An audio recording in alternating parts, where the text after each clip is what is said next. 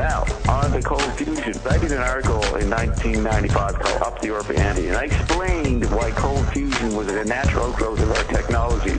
And what it is, if you think of the first nature, which is the given nature and all its energies, they generally could be considered immortal. The sun burns up, but then there's new suns, and it just goes on, nature. You follow this, James? Mm-hmm. So, yep. So all of our technologies that we made, which I call second nature, they are trying to give us something that would approximate the immortal qualities of first nature. So that may have been an archetypal unconscious desire all through human history as we made the wheel, the chariot, the bulldozer, the printing press, the movie, all these things.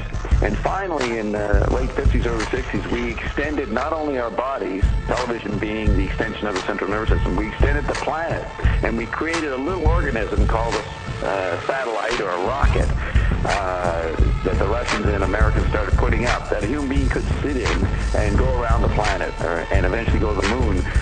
They were living in a terrestrial environment that was made by humans. In other words, you could set them out in space where you can't survive, but you put a little carapace around them and they can live. You follow this, James?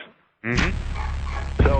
So it's like, I consider the satellites an extension of the planet and an extension of the living mechanism that First Nature gives us. So we've artificially created a simulated extension of the planet or the terrestrial environment with satellites and rockets.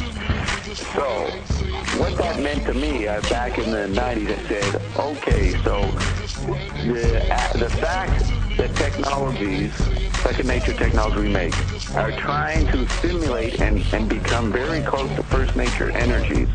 The extension of the planet by the satellite was the beginning of humans making an environment, second nature technology, that was beginning to be like first nature.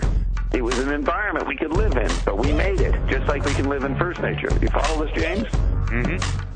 So, yep. So I said in this article that the rocket shipper satellite, as an extension of the planet, was the beginning and the intimation of the merging of first nature and second nature. So we then, in the 60s, in the last 30 or 40 years, witnessed the growth of the digital environment, or what I call the Android meme, which was technology coming alive. And if we think of the 24/7 access to information, then let's look at that as software, human-made software, second nature, that is immortal. The information environment just goes on, and you don't have to pay for it, really. A few pennies here and there, and you're plugged in, or you can go to the library. You have access to immortal, you have access to technology humans made that has the characteristics of endlessness, infinite, immortal, right? Sure. You follow this, James? Mm-hmm. So, yep. And so I've said, and I wrote in this article back in 95, that the computer environment that we were building from the 60s to the 90s was a simulation and anticipation of the actual merger of first and second nature, where an artifact made by humans would have immortality characteristics or features. So the satellite began it, and sort of create the notion that we can move towards merging first and second nature. Then the internet became the software version of immortality, of constant information, mental, physical stimulation in the hologram called the Android meme. Then I said cold fusion would be the breakthrough into a new kind of hardware, because it would be used as a power source to give us endless energy, where we could heat ourselves and all the physical characteristics we need in our environment for protection. I mean, not software. This is hardware. This is energy that gives us our heat and our shelter. So we never had that before.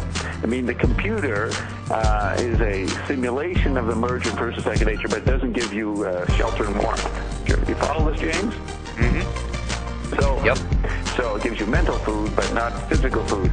Once we have cold fusion, which I was explaining back then, is represented by the fact that more energy goes out than is put in to make the battery go. So you get excess output, excess energy, and if it supersedes the cost of the battery, then you don't need to pay for it anymore.